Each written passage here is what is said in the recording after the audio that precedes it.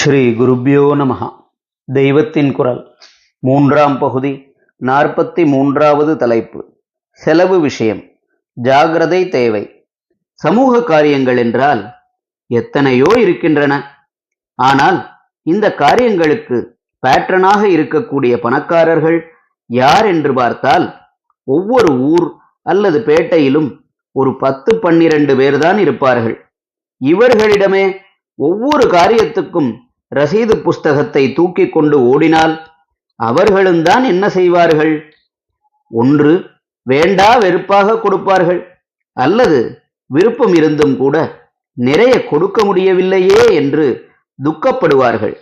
நமக்கும் யோசனை வருகிறது, அந்த பணம் கணக்கில் வந்ததா வராததா? கணக்கில் வராதது என்றால் அந்த மாதிரி பணத்தை தர்மத்துக்கு பிரயோஜனப்படுத்திக் கொள்ளலாமா என்றெல்லாம் யோசனை வருகிறது. ஆனதால் பணக்காரர்களை நம்பித்தான் சோசியல் சர்வீஸ் என்று வைத்துக் கொள்ளவே கூடாது. அவர்களாகவே காதில் விழுந்து கூப்பிட்டு கொடுத்தால் தாராளமாகவே வாங்கிக் கொள்ளலாம்.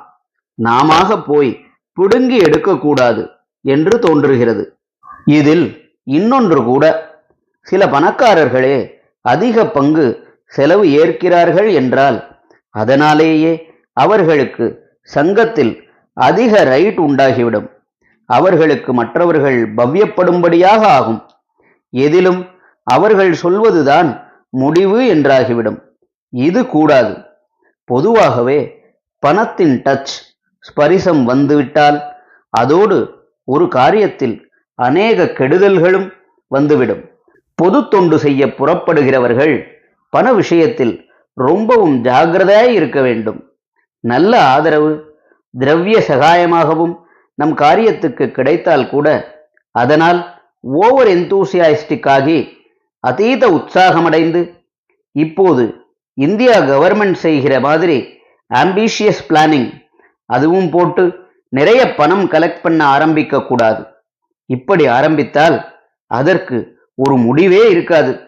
இதனாலே பரோபகாரம் என்கிற அன்பு எண்ணத்தையும் அதில் அங்கமாகச் செய்கிற தேவாலய கைங்கரியங்களின் பக்தி எண்ணத்தையும் கூட வசூல் எண்ணம் முழுங்கிவிடும்.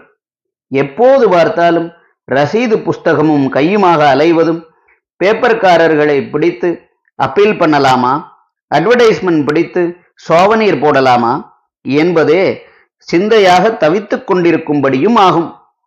நிறைய பணம் சேர்ந்து அதை கையாள வேண்டியிருக்கும் போது நாமே எப்படி மாறிப்போய்விடுவோமோ என்ற பயம் சதாவும் இருக்கணும்.